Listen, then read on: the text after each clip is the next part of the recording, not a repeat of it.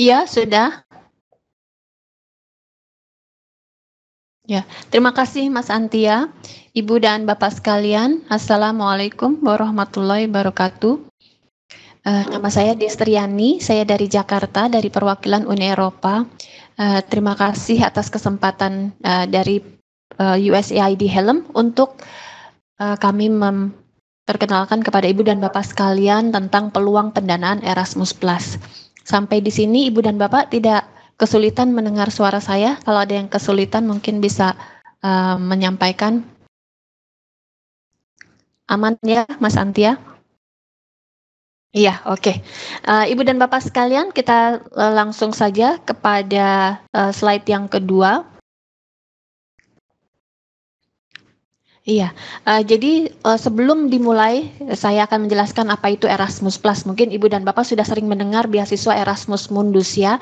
Kalau sekarang namanya menjadi Erasmus+. Kenapa namanya berubah? Karena Erasmus Mundus itu hanya beasiswa untuk mahasiswa di luar Eropa untuk belajar di Eropa. Dan padahal sebenarnya Uni Eropa itu banyak sekali mempunyai program-program pendidikan tinggi.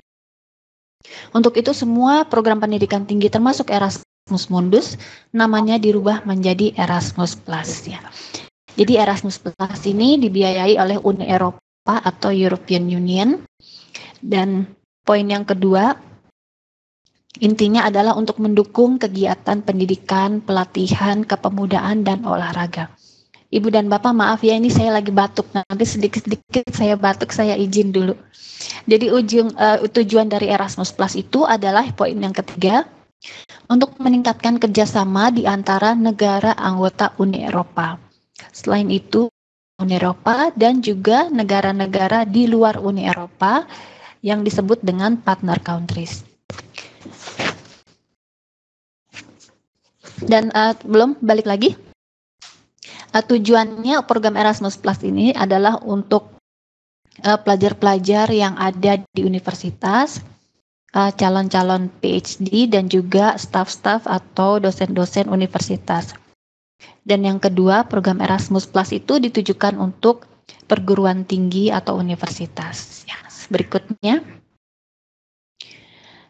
yang harus Ibu dan Bapak pahami bahwa di dalam program Erasmus Plus itu ada yang disebut dengan program countries. Yang dimaksud dengan program countries itu adalah negara anggota Uni Eropa, jumlahnya yaitu ada 28 negara anggota Uni Eropa. Di luar Uni Eropa ada juga Turki. Kemudian, aduh Ibu Bapak, maaf saya batuk dulu. Maaf, di luar Uni Eropa yang 28 ada negara Turki, Iceland, Norway, Yugoslavia, dan lain-lain.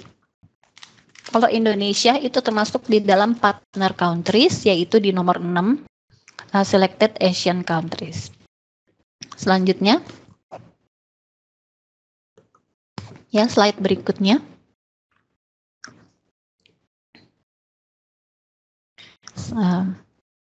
Ya, yang akan saya terangkan pada hari ini adalah peluang pendanaan khusus kerjasama antar universitas yang disebut dengan peningkatan kapasitas di perguruan tinggi.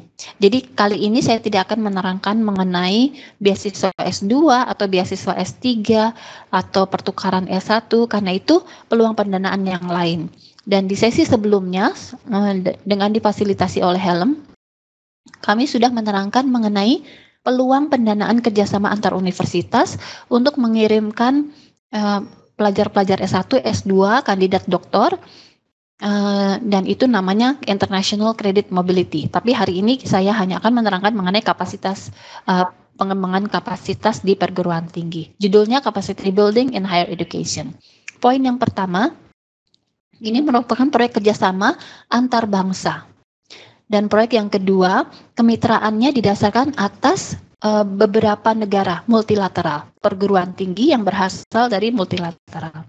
Yang ketiga, peluang pendanaan ini terbuka untuk perguruan tinggi yang berasal dari program countries dan juga partner countries. Tadi kita sudah melihat apa itu program countries, yaitu yang di Eropa, dan partner countries yang di luar Eropa. Selanjutnya.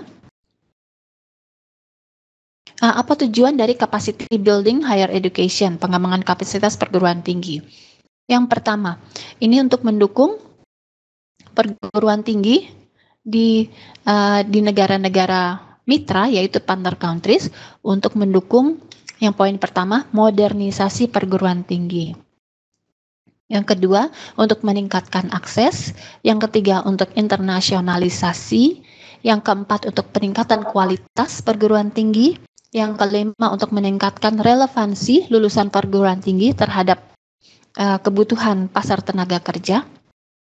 Kemudian yang keenam, untuk meningkatkan manajemen, untuk perbaikan manajemen dan tata kelola perguruan tinggi. Dan yang terakhir, tujuannya adalah untuk meningkatkan kontak antar masyarakat dengan meningkatkan intercultural, pertukaran kebudayaan, pengenalan kebudayaan. Ya, selanjutnya. Dalam capacity building higher education, dalam peluang pendanaan ini ada dua kategori besar. Yang pertama adalah joint project, itu untuk kerjasama antar perguruan tinggi. Yang kedua adalah structural project.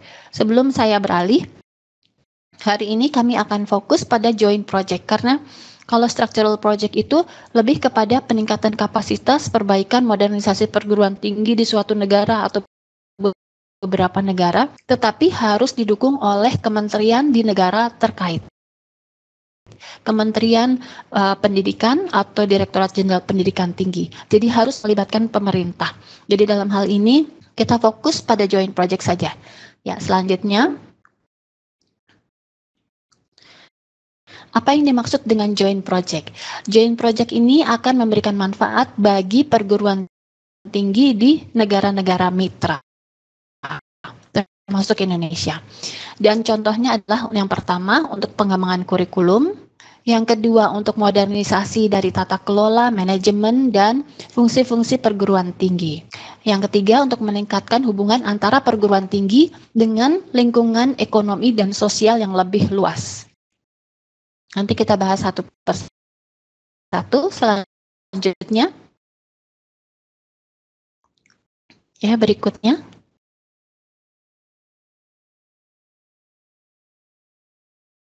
Ya, jenis-jenis kegiatan dari joint project itu seperti apa? Yang pertama misalnya untuk pengembangan kurikulum, mata ajaran dan bahan-bahan pengajaran. Jadi misalnya suatu kurikulum itu sudah Ibu dan Bapak di universitas ingin memperbaiki lagi, ingin menambahkan mata ajarannya, ingin menambahkan isinya, kemudian bekerja sama dengan universitas di Eropa untuk lebih mengembangkan kurikulum tersebut. Itu bisa jadi salah satu bagian dari proyek joint project ini. Pengembangan metodologi pengajaran dan belajar dan mengajar, dan pendekatan-pendekatan pedagogis lainnya. Kemudian yang ketiga misalnya bisa fokus terhadap kewirausahaan, pendidikan kewirausahaan dan penggunaan ICT teknologi informasi. Kemudian yang keempat, bisa juga proyek joint project ini bekerja sama dengan pihak-pihak UKM misalnya atau perusahaan untuk mengembangkan kerjasama antara universitas dan perusahaan. Dalam kurung misalnya untuk pengembangan bisnis atau usaha. Kemudian yang kelima bisa juga Ibu dan Bapak fokus pada metode-metode untuk counseling, bimbingan mahasiswa dan coaching. Kemudian ada juga yang 1, 2, 3, 4, 5, 6. Yang keenam, pengembangan profesional dari staf-staf akademis maupun staf administrasi. Kemudian berikutnya bisa juga untuk peningkatan kualitas, quality assurance di tingkat jurusan maupun di tingkat institusi, di tingkat fakultas, jurusan, ataupun di institusi. Kemudian berikutnya untuk meningkatkan modernisasi pelayanan universitas, baik di bidang keuangan maupun hubungan internasional. Kemudian yang poin terakhir adalah internasionalisasi dan masih banyak lagi. Selanjutnya.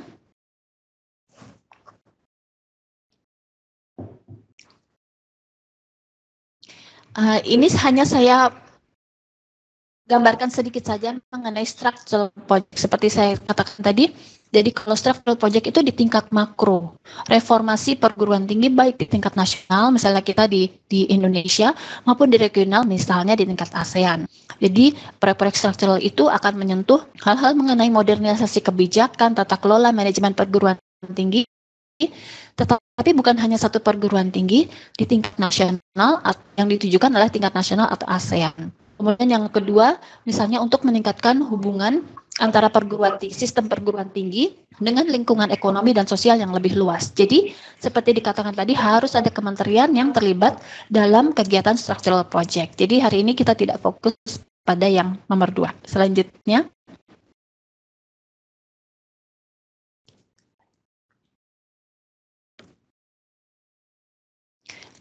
type of activity structural project, mungkin kita bisa skip saja pada intinya ini adalah semua modernisasi atau reformasi di tingkat nasional dan regional.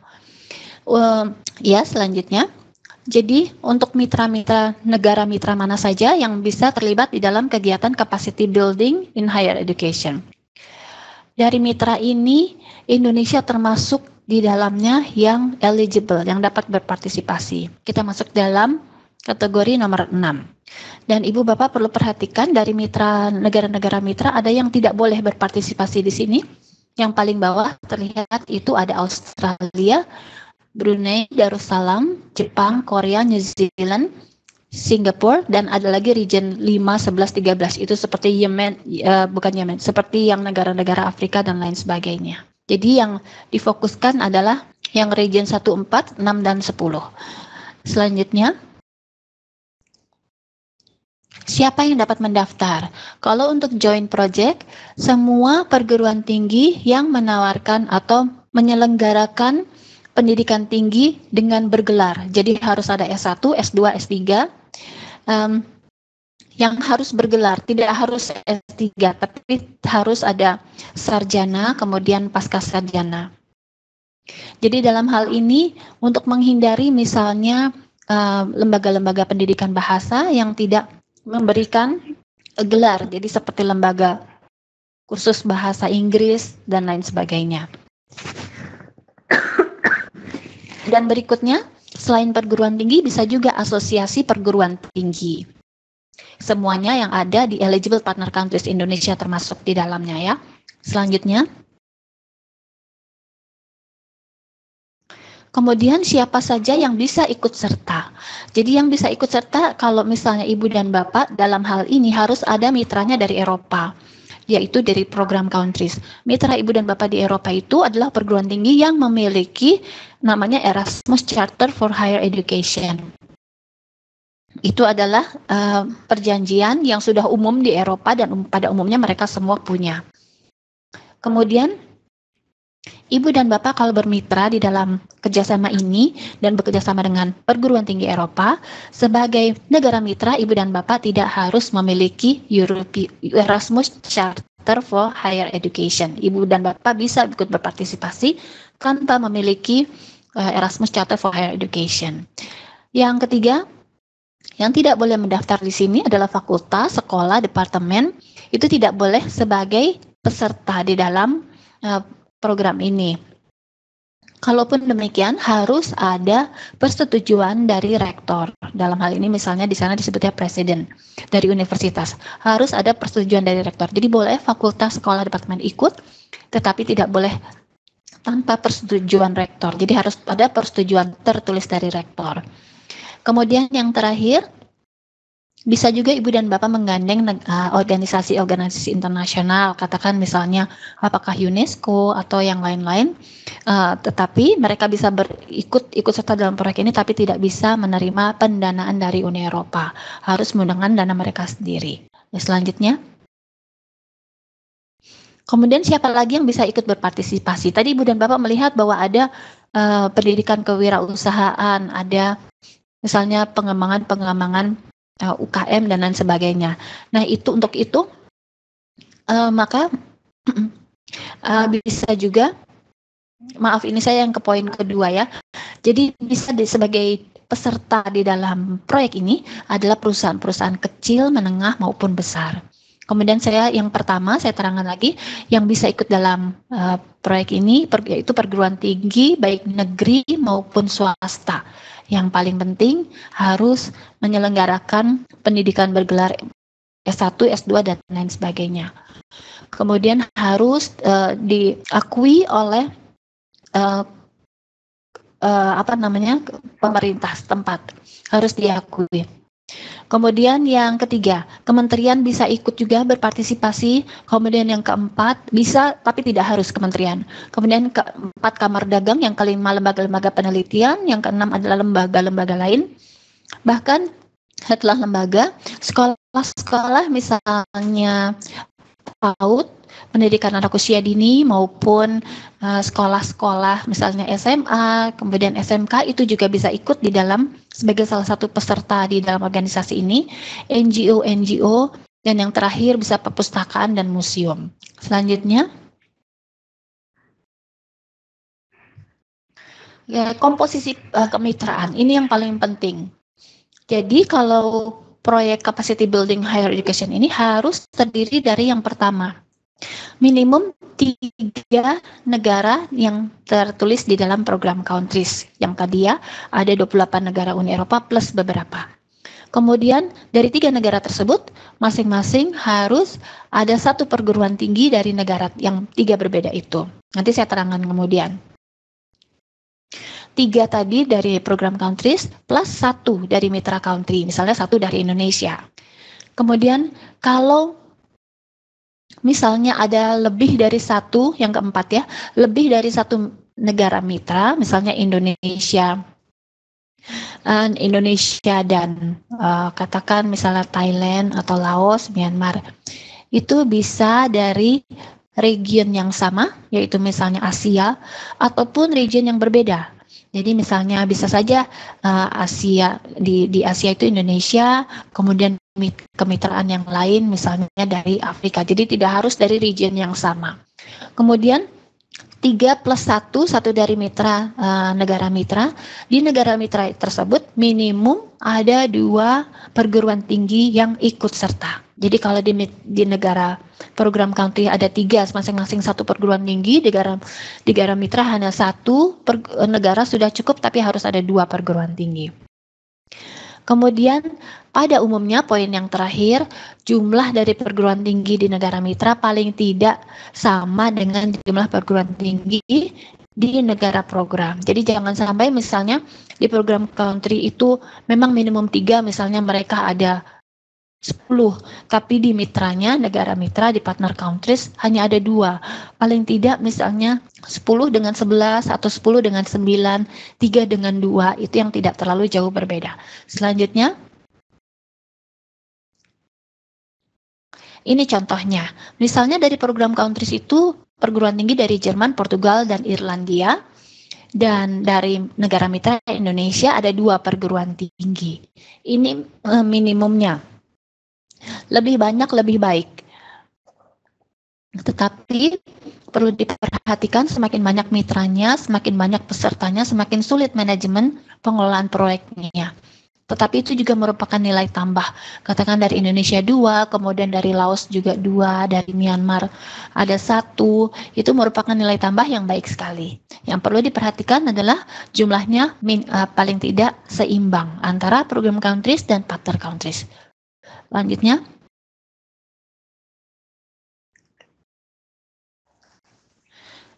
kemudian ini untuk structural project itu persyaratannya sama dengan project country, dengan joint project ditambah dengan kementeriannya. Selanjutnya,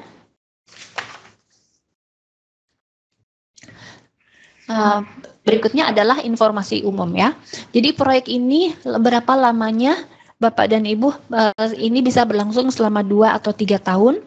Kemudian kalau untuk mengajukan proposalnya, seorang aplikan itu yang mengajukan proposal itu bisa mengajukan maksimal 3 proyek proposal. Jadi bisa saja ini universitas di Jerman mengajukan 3 proposal. Yang pertama, ada kerjasama dengan Indonesia dan lain sebagainya. Yang kedua, dia kerjasama dengan konsorsium yang lain lagi, melibatkan Afrika.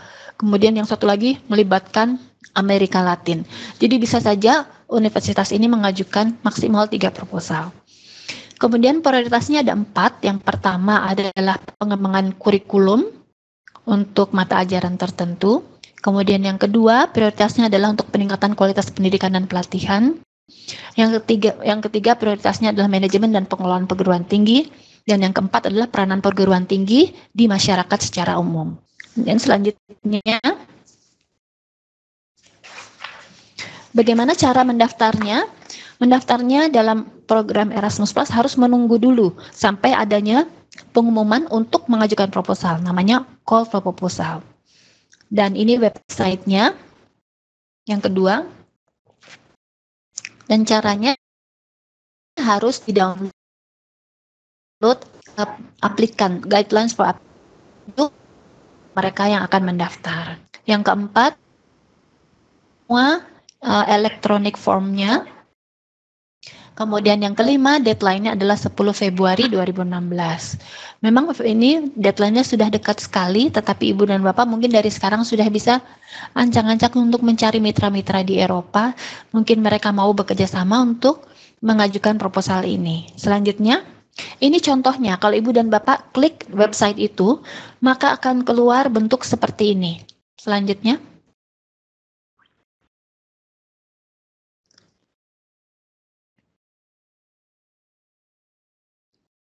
halo Mas Antia, berikutnya. Ya, kalau diklik tadi websitenya, maka akan keluar begitu banyak peluang pendanaan. Dari yang pertama, kedua itu ada Jean Monnet, yang ketiga ada capacity building untuk kepemudaan. Kalau Ibu dan Bapak berminat untuk yang capacity building higher education, itu yang panahnya kuning. Di situ dilihat paling kanan deadline-nya adalah 10 Februari, dan disinilah Ibu dan Bapak download semua application form-nya. Selanjutnya, kalau diklik lagi, yang panah kuning itu, maka akan terlihat seperti ini bentuknya.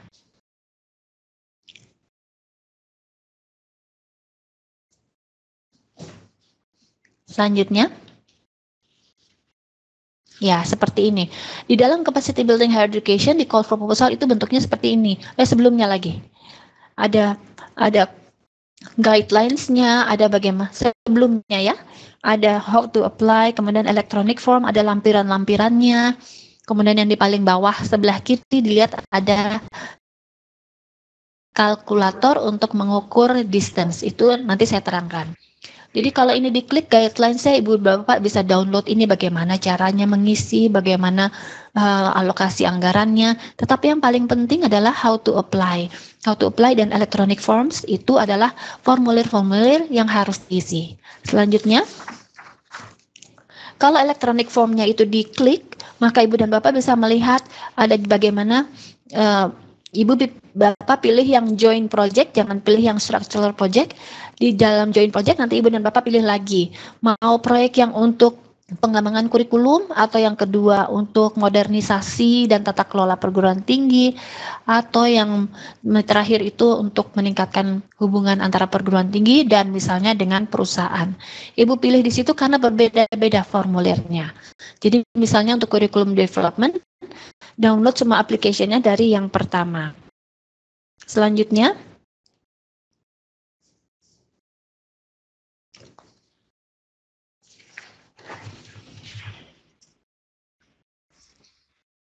ya, selanjutnya, ya seperti ini. Kemudian kalau diklik tadi electronic form-nya, maka akan keluar seperti ini. Diklik yang lingkaran merah itu. Selanjutnya,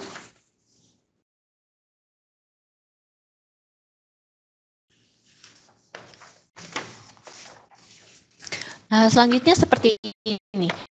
Kalau Ibu dan Bapak sekalian ingin mendaftar, Ibu dan Bapak harus mempunyai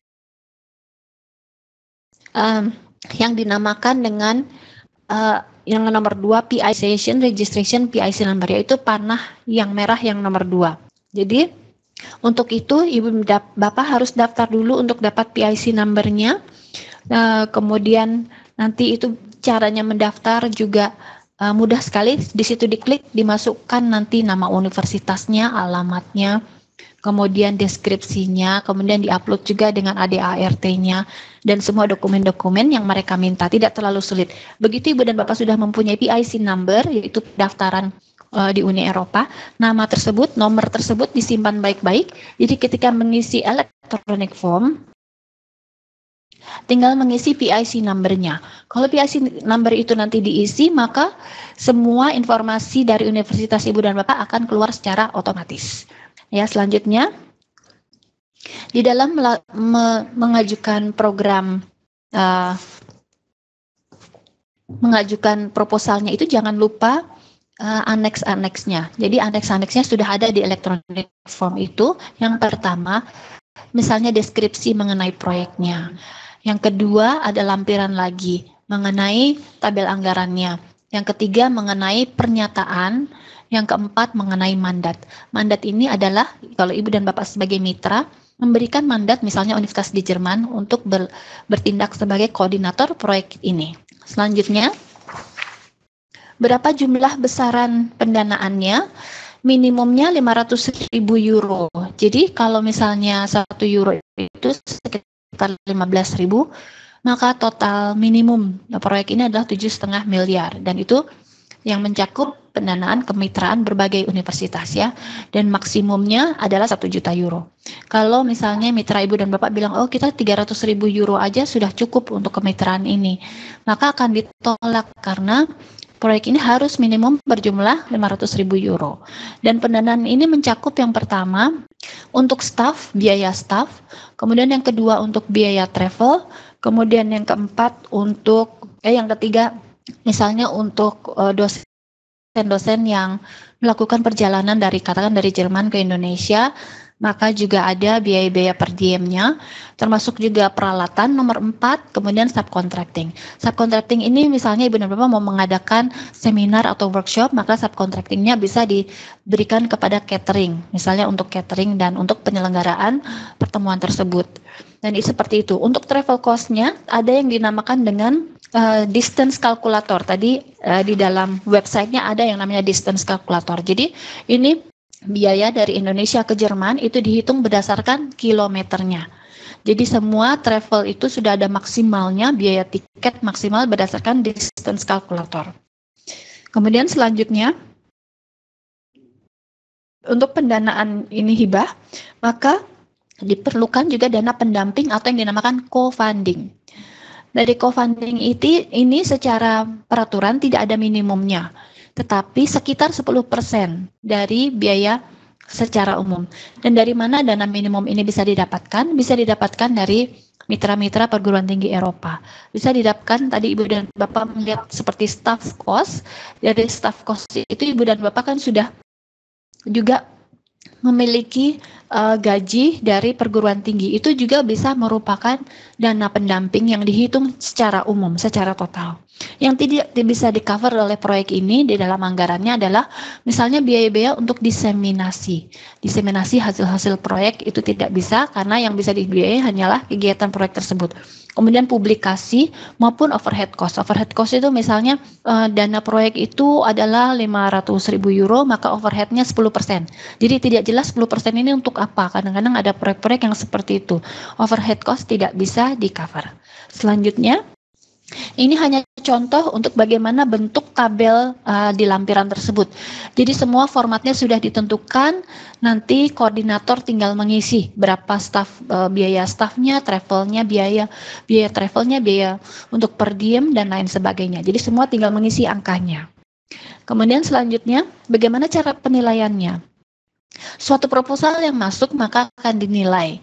Nilai minimumnya paling tingginya adalah 100.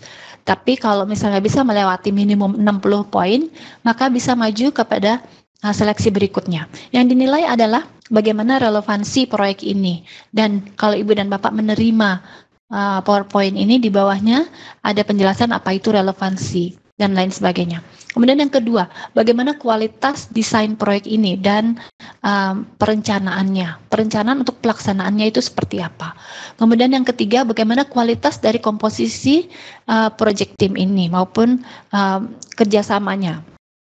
pengaturan kerjasamanya. Yang keempat, yang paling penting adalah bagaimana kira-kira dampak dari proyek ini dan keberlanjutannya setelah proyek ini selesai. Kalau misalnya nilainya 60 dari total di atas itu, maka kemudian bisa diseleksi untuk berikutnya. Kalau tapi relevansinya harus minimum 15 poin. Yang pertama harus 15 poin. Kalau misalnya ada dua penilaian, yang pertama adalah dinilai secara administratif, apakah semua dokumennya lengkap. Kalau semua dokumen lengkap, baru dinilai ya penilaian ini. Tapi kalau di awal ada lampiran yang kurang, misalnya deskripsi proyek kurang, kemudian tidak ada surat mandatnya kurang, itu langsung dieliminasi proposalnya. Jadi pertama harus lengkap semua dokumennya, kemudian dinilai, setelah dinilai harus minimum 60 poin, baru nanti diurutkan mana nilai yang paling tinggi. Selanjutnya, hasil dari seleksi tahun 2014 ada 920 aplikasi proposal dan yang diseleksi ada 155 proyek. Selanjutnya, dari hasil akhirnya, halo ya, selanjutnya ini belum hasil akhirnya. Dari semua yang proposal masuk tadi itu sebesar 920, itu ada yang di beberapa negara yang menonjol, antara lain Indonesia, ada 5 perguruan tinggi yang terlibat. Selanjutnya, Ibu dan Bapak yang bisa mengajukan proposal ini adalah universitas di mana saja. Selanjutnya ya, yang termasuk di dalam eligible country yang tadi sudah diterangkan, baik dari Eropa maupun dari partner countries. Jadi untuk proposal ini bisa saja Indonesia mengajukan sebagai koordinator dengan mengajak mitra dari Eropa. Tetapi hal ini belum banyak dilakukan di seluruh dunia. Untuk mereka ya dari negara mitra yang mengajukan itu baru Kazakhstan, Cina, dan Bangladesh, dan itu baru 1 dan 2 proposal saja. Jadi pada umumnya proposal diajukan oleh perguruan tinggi di Eropa. Selanjutnya,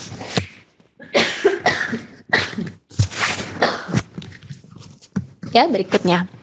Kemudian ini salah satu contohnya Ibu dan Bapak, proyek yang sudah disetujui, namanya Indopet, yaitu modernisasi perguruan tinggi di Indonesia dengan menggunakan praktek-praktek pedagogis Eropa yang sudah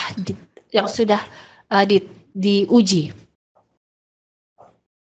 Koordinatornya adalah perguruan tinggi di Finland, kemudian dengan anggotanya dari Belanda, Denmark, Polandia, dan Spanyol. Di Indonesia ada beberapa universitas yang terlibat, yaitu Bina Nusantara, Syah Kuala, UIN, Widya Mandala, Surabaya, Jogja, dan lain sebagainya. Ibu dan Bapak bisa melihat kira-kira komposisinya tidak terlalu berbeda antara yang program county dan yang di Indonesia. Tujuan utamanya adalah proyek Indopet ini adalah untuk meningkatkan kapasitas pengajaran di universitas-universitas yang di Indonesia untuk membuat perguruan tinggi di Indonesia itu paling tidak memenuhi standar-standar Eropa. Kira-kira seperti itu. Selanjutnya, ini contoh berikutnya yang sudah disetujui juga. Ini proyek ini dilakukan oleh banyak sekali sebenarnya perguruan tingginya, 14 perguruan tinggi, 4 Eropa dan 10 Asia. Ibu dan Bapak melihat sebenarnya ini tidak terlalu seimbang ya jumlah komposisinya, tapi sebagai latar belakang kami mendapat informasi bahwa tidak terlalu banyak proposal yang masuk dari Asia yang melibatkan mitra di Asia. Untuk itu, untuk seleksi yang pertama, beberapa hal itu dimaafkan. Jadi untuk hal-hal seperti ini, misalnya komposisinya tidak seimbang, tapi ya sudah, tapi karena mungkin proyeknya juga bagus, akhirnya bisa masuk di dalam seleksi. Untuk seleksi yang tahun sebelumnya, Asia itu jumlah proposal yang disetujui sekitar 75%, karena proposalnya sedikit tetapi dananya banyak. Dan tujuan dari proyek ini adalah untuk meningkatkan pengajaran kedokteran hewan di Indonesia, yang terlibat adalah UGM dan IPB. Selanjutnya, ada satu proyek lagi yang melibatkan UGM dan USU dari Sumatera Utara, namanya Advance, yaitu khusus memfokuskan kepada pengelolaan tata kelola keuangan di perguruan tinggi tersebut. Koordinatornya dari Austria dan melibatkan 5 universitas di Eropa dan 4 universitas di Asia. Selanjutnya, Kira-kira seperti itu Ibu dan Bapak. Nanti kita lanjut dengan pertanyaannya. Di sini ada linknya, kemudian ada program guide-nya. Ibu dan Bapak kalau di dalam call for proposal, kalau download program guide itu tebalnya sekitar 200 halaman lebih. Tetapi itu karena mencakup semua peluang pendanaan Uni Eropa. Jadi kalau misalnya Ibu dan Bapak hanya tertarik pada capacity building higher education, itu mungkin kira-kira hanya 5 atau 10 halaman saja. Kalau Ibu dan Bapak punya pertanyaan, kita bisa bahas lebih lanjut di luar dari waktu ini. Ibu dan Bapak bisa menelpon saya di nomor telepon ini.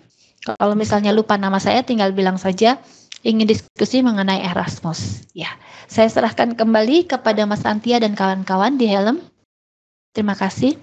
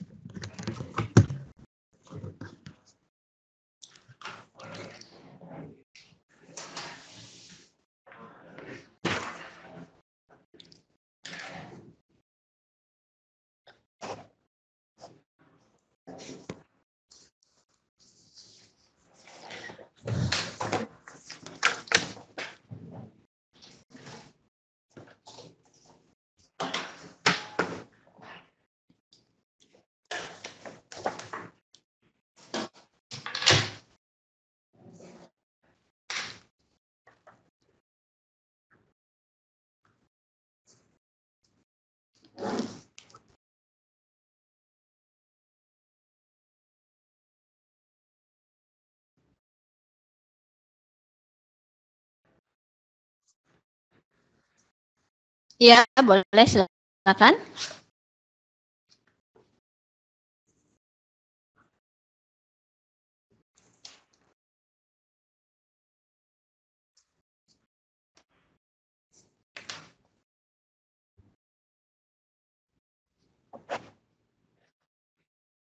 Iya.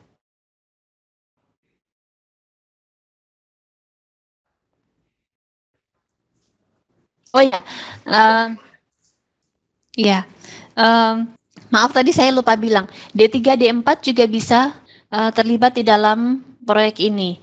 Dan karena mereka memberikan juga gelar setelah mereka lulus. Yang tidak memberikan gelar itu misalnya seperti saya sebutkan tadi, seperti lembaga-lembaga bahasa ya, lembaga-lembaga bahasa yang di mana para pelajarnya itu kursus bahasa tapi setelah keluar tidak mendapatkan gelar, tapi D4 itu bisa. Untuk informasi Ibu dan Bapak sekalian, kalau di Eropa itu untuk melanjutkan bidang S2, untuk melanjutkan pendidikan S2, itu yang mereka syaratkan adalah 3 tahun setelah SMA. Jadi 3 tahun setelah SMA kalau di kita itu kan bisa D3. Hanya saja yang perlu diperhatikan kreditnya, apakah jumlah kreditnya cukup atau tidak untuk melanjutkan S2 di Eropa. Kalau misalnya sekiranya cukup, mereka dari D3 bisa langsung S2. Jadi untuk D3, Politeknik, D4 itu semua bisa ikut dalam program ini.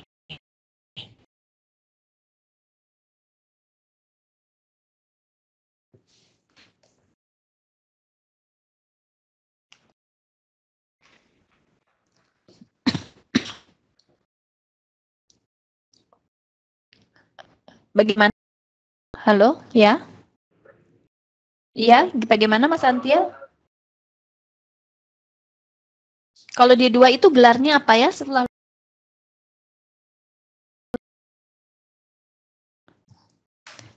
Iya, ya, iya, iya bisa juga, iya bisa. Iya. Halo, iya.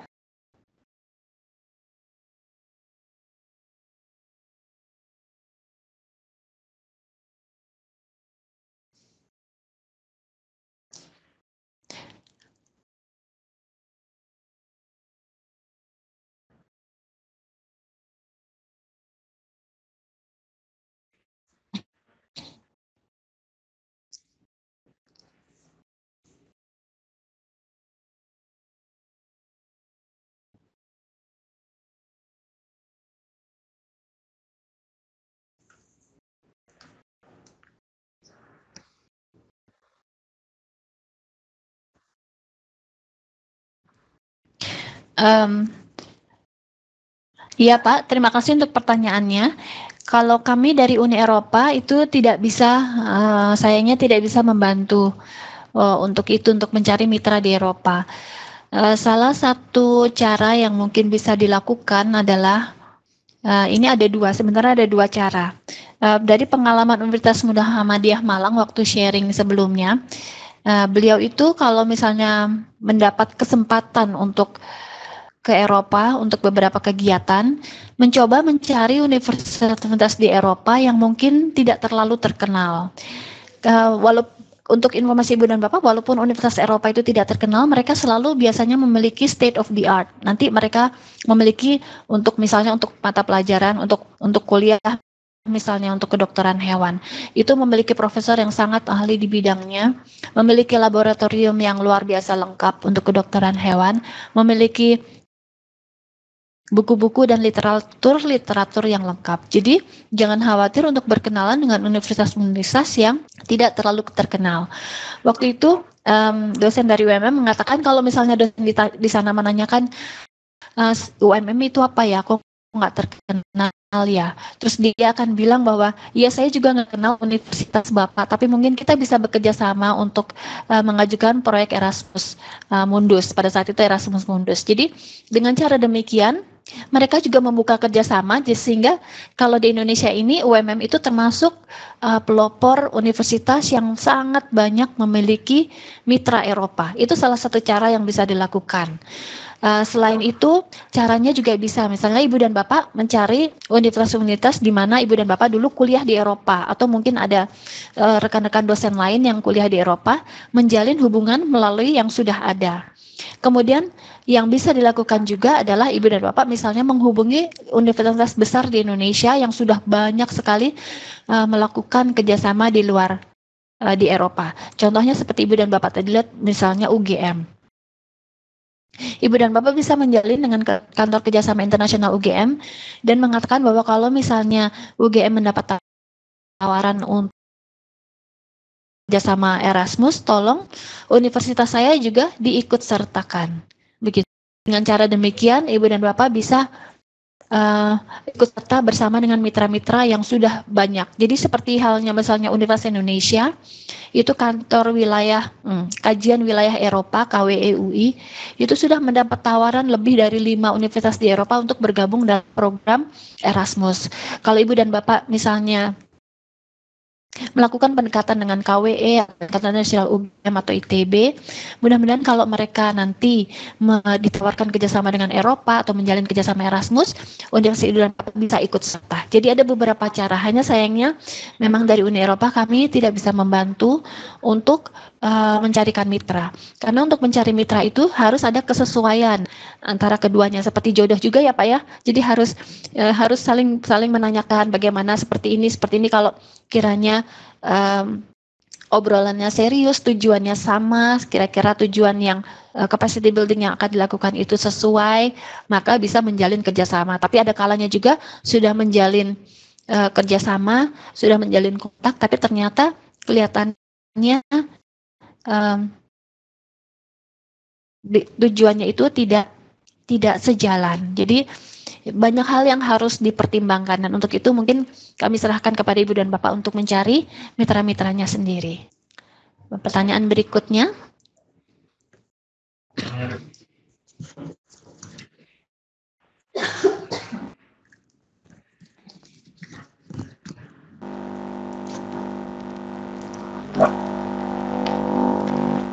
Bisa, Pak? Ya, seperti yang saya tuliskan di yang itu, pertanyaan saya adalah bagaimana cara yang efisien dan efektif untuk manusia tadi mengenal bahasa. Ketika partner seperti yang di Eropa dalam pembelajaran tidak menggunakan bahasa Inggris sebagai bahasa pengaturan. Kira cara mensiasatinya seperti apa?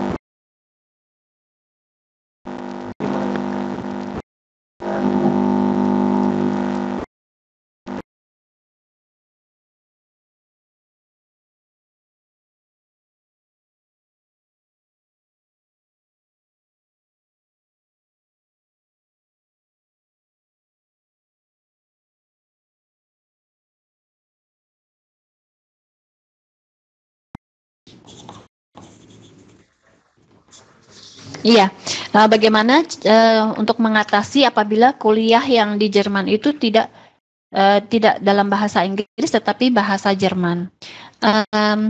Yang pertama, kalau mengenai perkuliahan itu sendiri sebenarnya lebih kepada peluang pendanaan kredit mobility. Jadi misalnya mungkin bisa saya jelaskan juga untuk sesi webinar yang sebelumnya, ada kalanya misalnya yang di Jerman itu kuliahnya diberikan dalam bahasa Jerman sehingga mahasiswa S1, S2 dan kandidat doktor dari Indonesia tidak bisa mengikuti pelajaran pertukaran yang ada di Jerman.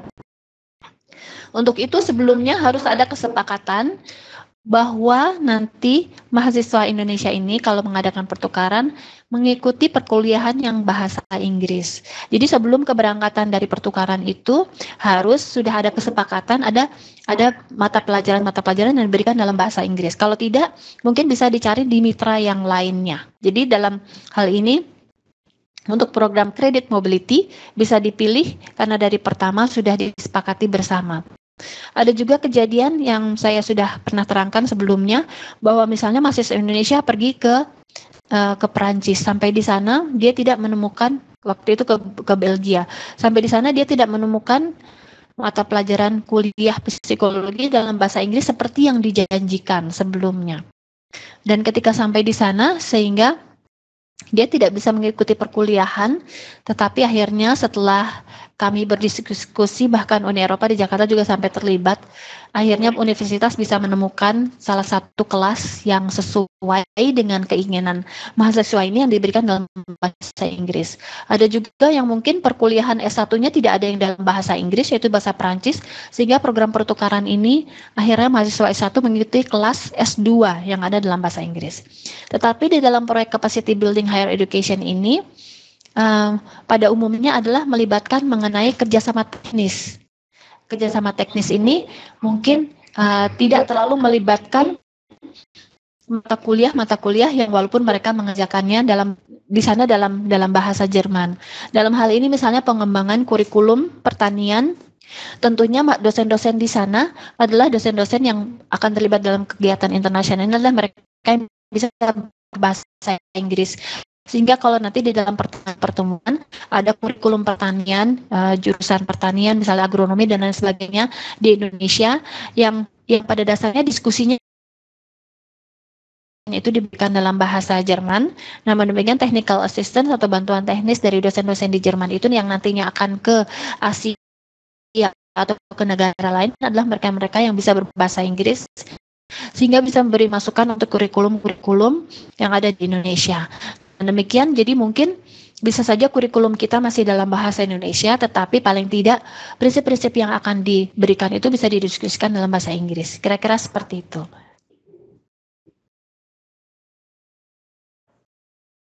Jelas, Pak. Terima kasih.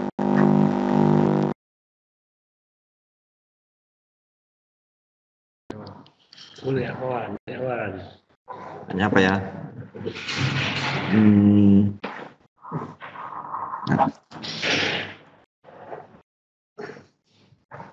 Belum ada untuk sementara ini, Pak ya.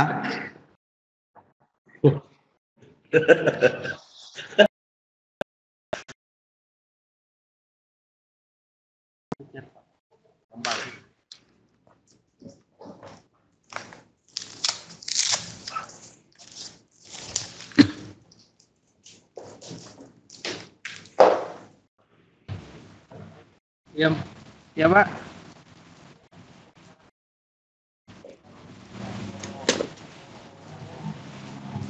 Oh ya, itu tadi ada saya sudah chat yang masalah antara proposal dengan koordinator, yang mana didahulukan, yang diutamakan, didahulukan koordinatornya atau proposalnya dulu. Dalam kerjasama ini yang yang didahulukan dikerjakan, maksudnya mencari koordinatornya dulu atau membuat proposalnya dulu?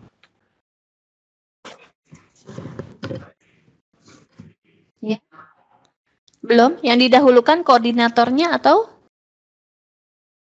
proposalnya?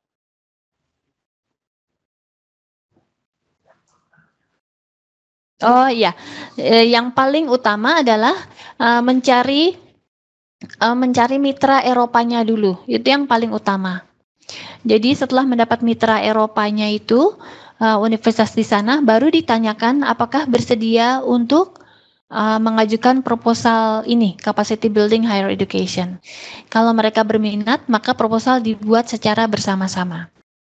Jadi bahkan kalau misalnya universitas Eropanya itu sudah berminat, maka kadang-kadang mereka yang membuat proposalnya. Jadi kita tinggal yang di Indonesia tinggal mengisi bagian-bagian mengenai keterangan universitas dan lain sebagainya.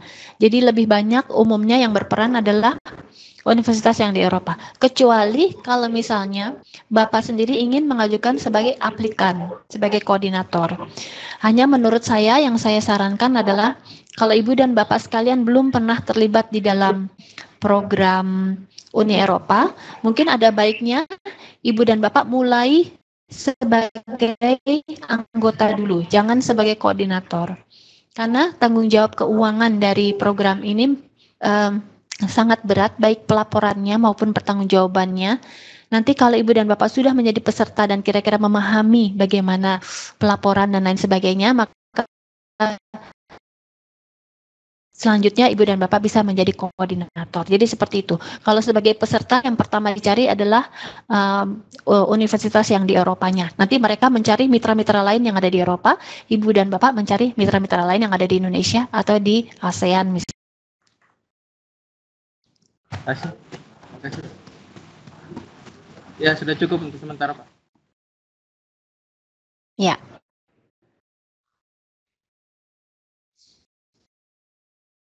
Baik, terima kasih. Yang saya tanyakan adalah mengenai perguruan tinggi yang ada di Eropa itu, apakah kita sebagai partner country itu harus memiliki dokumen MOU terlebih dahulu, Pak?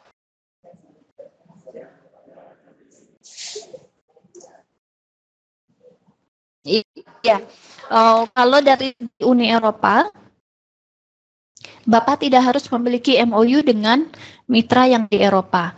Jadi dalam hal ini bisa saja Ibu dan Bapak itu dari universitas baru pertama kali kontak dengan universitas, menjalin kemudian mengajukan proposal. Nanti di dalam proposalnya sendiri itu sudah ada MOU-nya, semacam MOU-nya. Jadi dalam hal ini ada yang dinamakan di lampirannya itu sebagai koordinator tanda tangan, kemudian nanti sebagai partner itu tanda tangan.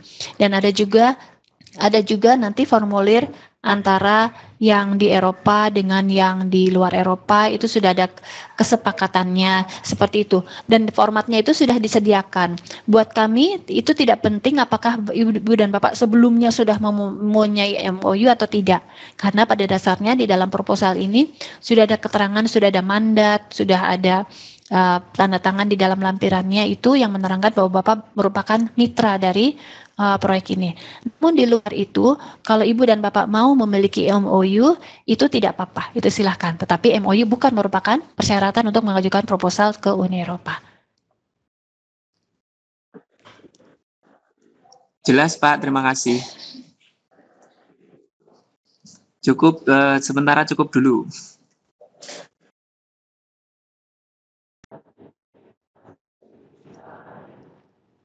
Ya, Pak.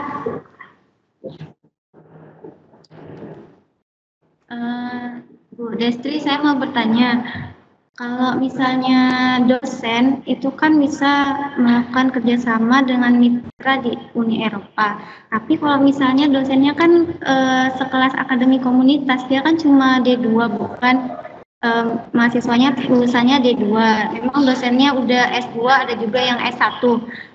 Terus kalau mau melakukan kerjasama di Uni Eropa itu di bidang yang seperti apa, Bu ya? Apakah penelitian? Tapi kan kalau misalnya penelitian di kampus kita kan tidak melakukan penelitian ya, Bu. Dia kan cuma praktek kerja lapangan gitu, Bu. Atau di kurikulumnya gitu, Bu, bisa dikerja sama. Terima kasih, Bu. Iya. Iya. Ibu Eva, jadi untuk kegiatannya itu justru di dalam Capacity Building Higher Education ini tidak banyak menyentuh mengenai penelitian. Jadi lebih kepada untuk peningkatan kapasitas universitas, tapi tidak terlalu fokus pada penelitian, lebih kepada pengembangan kapasitas misalnya untuk tata kelola keuangan, tata kelola internasionalisasi atau manajemen untuk pelajar student mahasiswa, kemudian kurikulumnya, kemudian apakah mungkin juga bisa Ibu kan di sana fokusnya misalnya mengenai praktek kerja, bisa saja mengenai kerjasama antara universitas Ibu dengan lembaga-lembaga perusahaan-perusahaan di mana praktek kerjanya bisa kurikulumnya bisa lebih diperbaiki supaya lebih sesuai dengan kebutuhan pasar kerja di Indonesia, dan itu perbaikan kurikulumnya bisa dibantu dengan keterlibatan perusahaan, keterlibatan universitas yang di Eropa, kemudian untuk supaya nanti kurikulum praktek kerjanya itu lebih sesuai dengan yang dibutuhkan pada saat ini. Itu seperti itu. Jadi bukan lebih pada penelitian. Kalau penelitian itu ada program lain lagi. Jadi Uni Eropa punya program yang namanya Horizon 2020 di mana itu berfokus pada peluang pendanaan untuk penelitian. Ataupun untuk penelitian misalnya untuk kandidat doktor itu ada peluang pendanaan yang lain lagi. Jadi di sini lebih pada kegiatan-kegiatan yang memberi manfaat kepada perguruan tinggi dari negara-negara mitra untuk hal-hal yang tadi disebutkan. Jelas Pak, boleh tanya lagi Pak? Ya, Bu, saya mau tanya, kalau misalnya selama ini apakah sekelas D2 itu pernah melakukan mitra di Uni Eropa, Bu? Contohnya gitu, Bu. Bu Eva, yang setahu saya memang belum ada, belum pernah ada. Jadi kalau Ibu Eva sendiri sudah punya mitra di Eropa belum? Sudah ada kenalan belum dengan perguruan tinggi Eropa? Belum, Bu. Belum ya. Jadi itu bisa didiskusikan langsung nanti kalau Ibu sudah punya mitra di Eropa, sehingga mungkin Ibu bisa saja kalau sudah membangun sudah punya kenalan, kemudian mulai menjalin apakah mereka berminat untuk pengembangan kapasitas building ini, Ibu nanti bisa mengajak rekan-rekan lain yang juga menyelenggarakan pendidikan D2, D3 sehingga nanti pengembangan yang akan dilakukan, pengembangan perguruan tinggi yang akan dilakukan itu sejalan. Misalnya semuanya berkisar antara untuk pengembangan kurikulum praktek kerja di bidang A atau A, B, C, D. Jadi semuanya berkecimpung untuk bidang-bidang yang ada yang merahnya yang sama kira-kira. Jadi Ibu bisa mengajak perguruan tinggi yang lain. Tapi yang satu bisa didiskusi untuk turut bantu mengembangkan perguruan tinggi yang Ibu pimpin ini. Ibu bisa menjelaskan ini D2, mata pelajarannya ini, dan lulusnya adalah gelarnya ini. Gitu. Ya. Cukup, Pak. Terima kasih, Bu. Terima kasih, Bu Eva.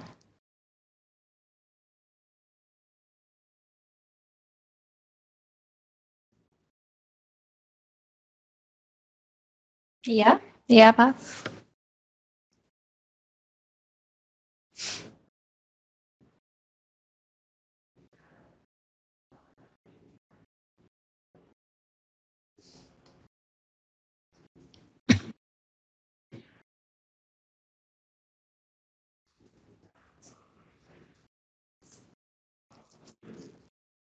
Iya, peluangnya itu besar sekali dan pendanaannya juga yang tahun 2014 tidak terserap semua.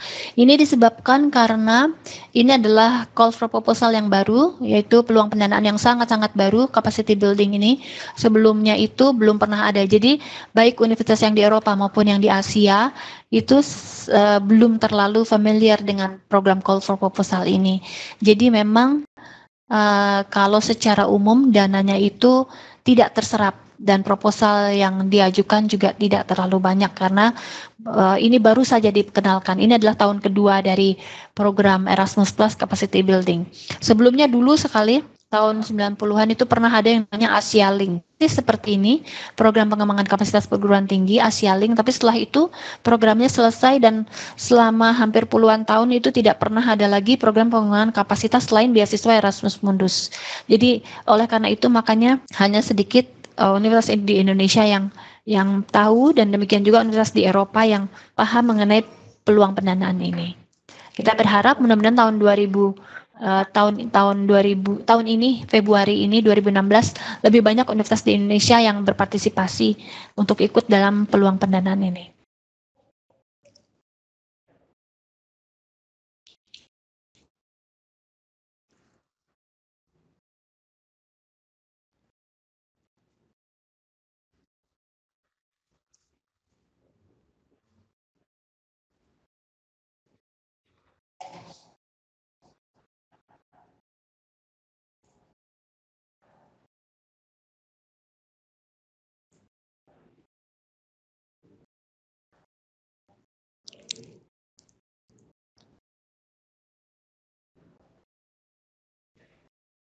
Iya,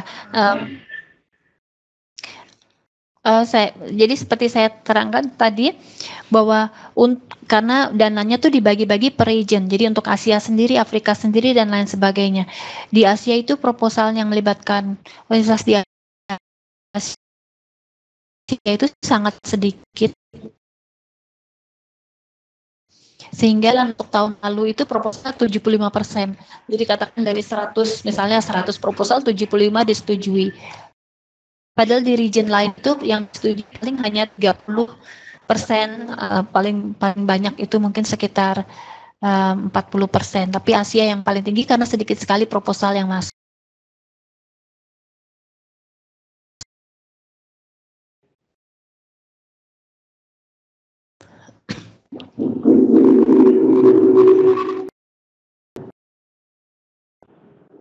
Ya, Pak.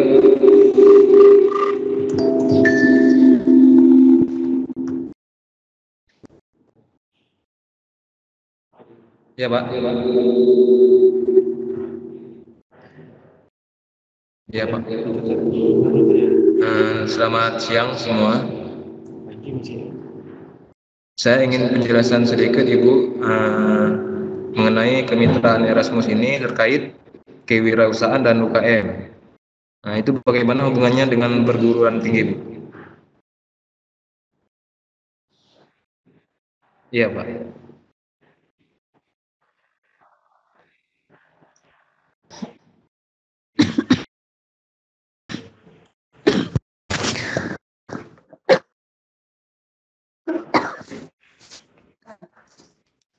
Iya.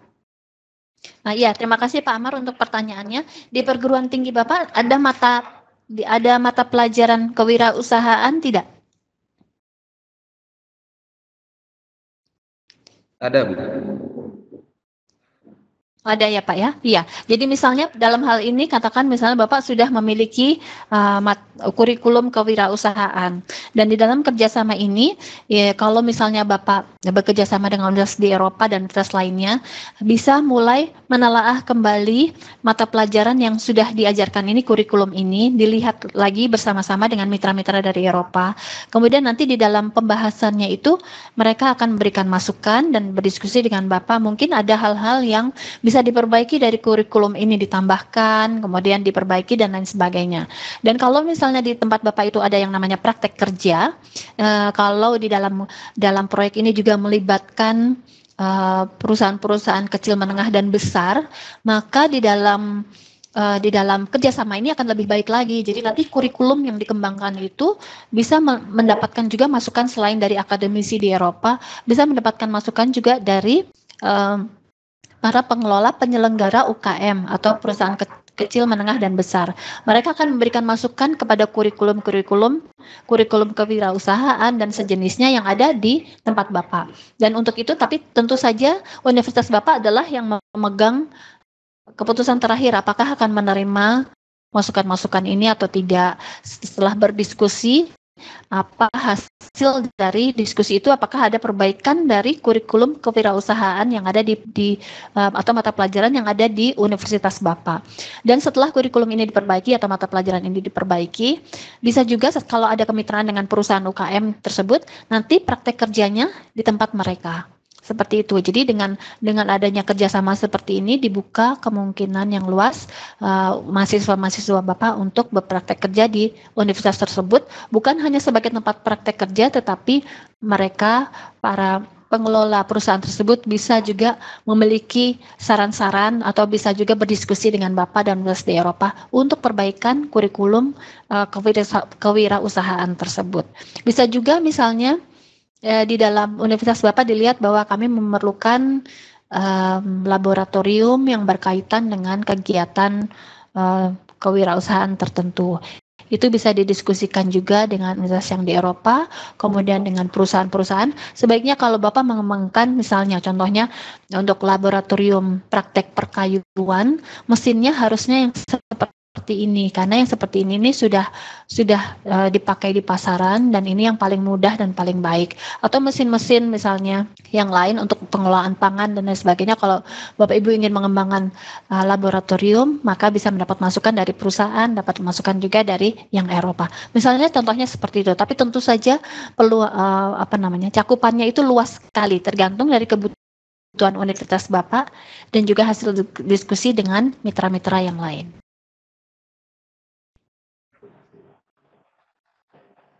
Sudah jelas Pak, terima kasih Pak. Ya. Ya.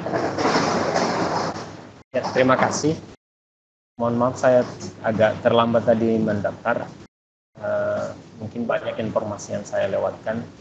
Jadi saya ingin bertanya tentang peluang kemitraan skema Erasmus ini. Kalau saya di Fakultas Sastra dan Budaya, saya di jurusan Bahasa Inggris. Saya ingin menanyakan apakah kemitraan ini terbuka untuk bidang kebahasaan seperti bahasa Inggris, kemudian ada pariwisata dan budayanya. Untuk prosedurnya itu nanti bagaimana untuk kemitraannya? Terima kasih.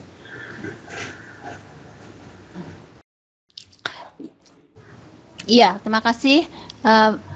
Terima kasih Pak untuk pertanyaannya. Jadi untuk kemitraan ini, capacity building itu terbuka untuk semua jurusan, untuk jurusan apa saja.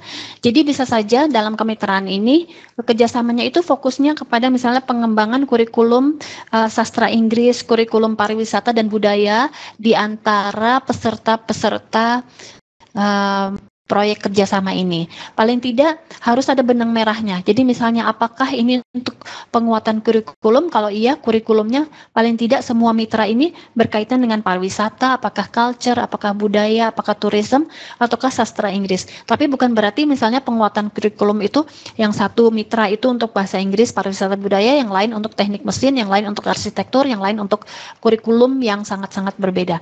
Kalau memang berfokus pada kerjasama untuk kurikulum, maka paling tidak sektornya itu paling tidak sama. Seperti tadi contoh yang dipresentasikan, ada yang kurikulum untuk kedokteran hewan. Kemudian kalau misalnya tidak berkecimpung di dalam, tidak fokus kepada kurikulum, bisa saja universitas Bapak, walaupun Bapak fokus di sastra budaya, pariwisata dan turisme, ada universitas lain atau fakultas lain di universitas yang lain fokusnya kepada mesin, kepada arsitektur, kepada sipil, kepada informatika. Tapi itu bukan fokus dari kerjasamanya. Fokusnya adalah bagaimana untuk penyelenggaraan perbaikan pengajaran, belajar dan mengajar di universitas. Jadi apapun kurikulumnya, tetapi fokusnya adalah untuk meningkatkan kualitas belajar dan mengajar di universitas. Itu bisa seperti itu. Bisa juga fokusnya untuk peningkatan kualitas pengelolaan keuangan perguruan tinggi atau pengelolaan untuk administrasi di perguruan tinggi. Itu bisa, walaupun fakultasnya berlain-lain, bermacam-macam. Kira-kira seperti itu. Dan kemitraannya seperti tadi disampaikan, harus ada mitra Eropa dan juga mitra-mitra dari negara-negara di luar Eropa.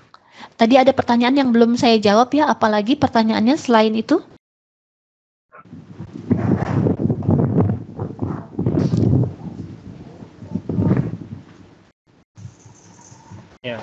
Ya. Baik.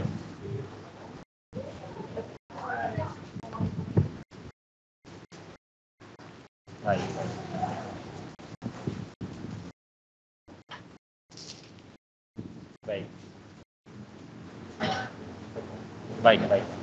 Mas Antia, bisa saya tambahkan. Jadi yang tahap pertama dari Ibu dan Bapak sekalian adalah untuk tujuannya untuk mencari mitra Eropa yang bersedia bekerja sama dengan perguruan tinggi Ibu dan Bapak.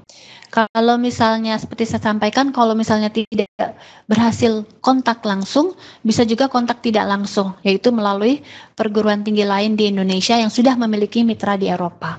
Kemudian yang kedua, tinggal ditanyakan, kalau mereka sudah bersedia bekerja sama, ada dua macam yang saat ini bisa Ibu dan Bapak gali. Jadi yang pertama kerjasama Erasmus misalnya untuk pertukaran pelajar. Pertukaran pelajar itu pertukaran untuk baik S1, S2 maupun kandidat doktor, itu suatu kerjasama yang lain namanya international mobility, atau untuk perbaikan perguruan tinggi sendiri. Kalau untuk capacity building perbaikan perguruan tinggi ini tidak mencakup pertukaran.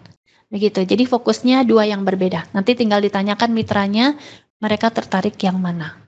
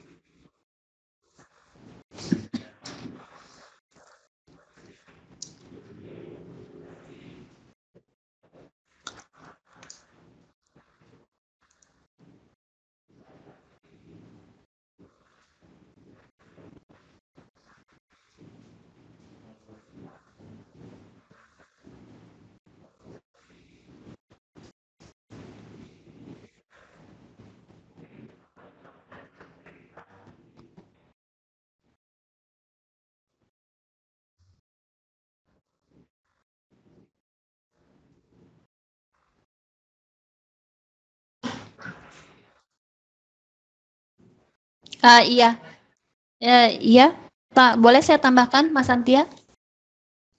Ya, jadi kalau boleh saya sarankan kepada Ibu dan Bapak, ada satu jalan pintas yang mungkin bisa dilakukan.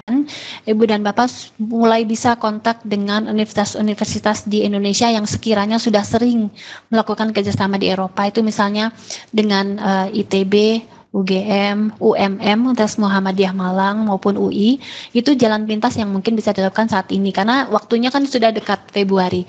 Ada besar kemungkinan bahwa mereka sudah melakukan pengembangan proposal bersama mitranya di Eropa, sehingga tinggal bisa ditanyakan apakah bisa ikut ditambahkan di dalam proposal tersebut kalau sesuai dengan arahannya, memang sesuai dengan topiknya, sesuai dengan Ibu dan Bapak. Untuk jangka panjangnya, Ibu dan Bapak bisa mencari mitra-mitra dari perguruan tinggi Eropa lainnya untuk persiapan ke depannya, misalnya untuk call for proposal pada tahun berikutnya, seperti itu. Dan untuk informasi juga, kalau beasiswa Erasmus itu masih ada sampai dengan sekarang, beasiswa Erasmus S2 dan S3. Sebagai contohnya ini Mas Antia juga adalah alumni dari program Erasmus Mundus sebelumnya untuk program Pasca Sarjana.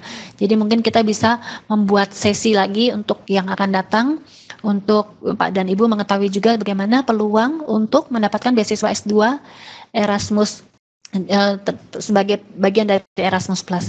Mas Antia, untuk program yang ketiga, peluang yang selanjutnya, masih ada satu lagi yang namanya Jean Monnet Activity. Tetapi Jean Monnet ini hanya khusus diperuntukkan bagi universitas-universitas yang menyelenggarakan kurikulum atau mata pelajaran kajian Eropa, kajian Uni Eropa. Dan ini sebenarnya pendanaannya mudah sekali, tetapi memang khusus untuk mereka yang berminat membuat kurikulum baru untuk kajian Eropa atau misalnya mata pelajaran tentang Uni Eropa. Mungkin kalau berminat kita bisa adakan webinar untuk yang selanjutnya.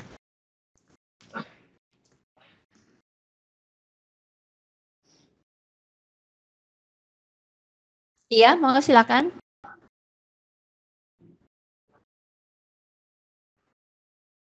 Iya Pak. Iya Pak, iya Pak.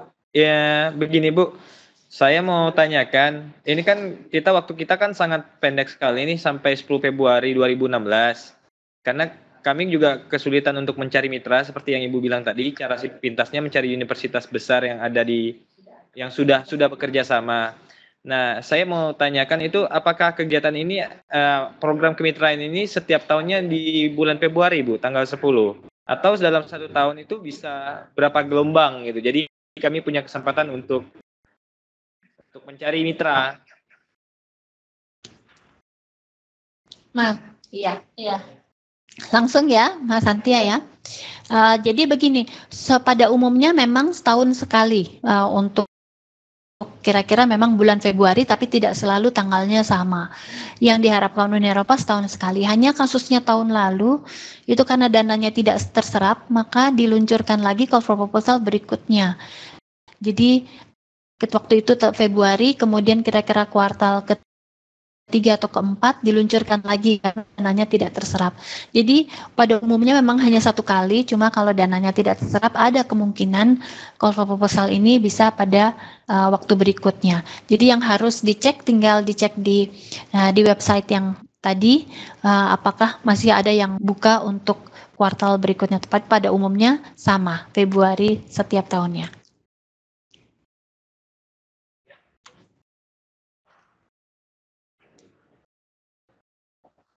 Ya Pak, terima kasih Pak. Berarti kita harus sering-sering ngecek lah ya Pak.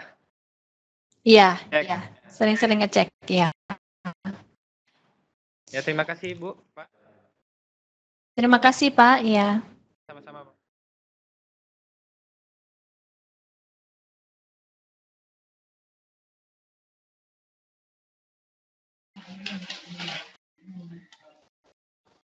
Bu, yang mau saya tanyakan, jangka waktu proyek ini berapa lama, Bu? 1 tahun, 2 tahun, atau tergantung proposalnya? Proyeknya ini antara 2 sampai 3 tahun. 2 sampai 3 tahun ya. Oh, begitu, Bu. Jadi tidak, misalnya proposalnya meminta 5 tahun, begitu tidak ya? Halo? Nggak boleh. Kalau misalnya di dalam, karena ini peraturannya 2 sampai 3 tahun, bila diketahui proposal itu 5 tahun, maka itu sudah di luar kriteria, nanti bisa ditolak. Jadi harus sesuai dengan kriterianya. Oh ya, baik Bu, terima kasih. Ya, terima kasih juga.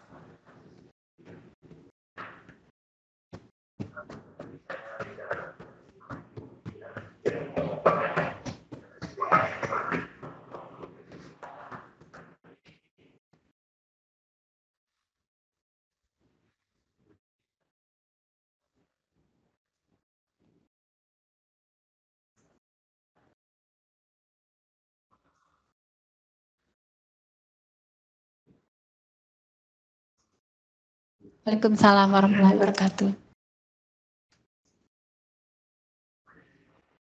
Ya, terima kasih banyak Mas Santia dan teman-teman. Terima kasih. Waalaikumsalam warahmatullahi wabarakatuh.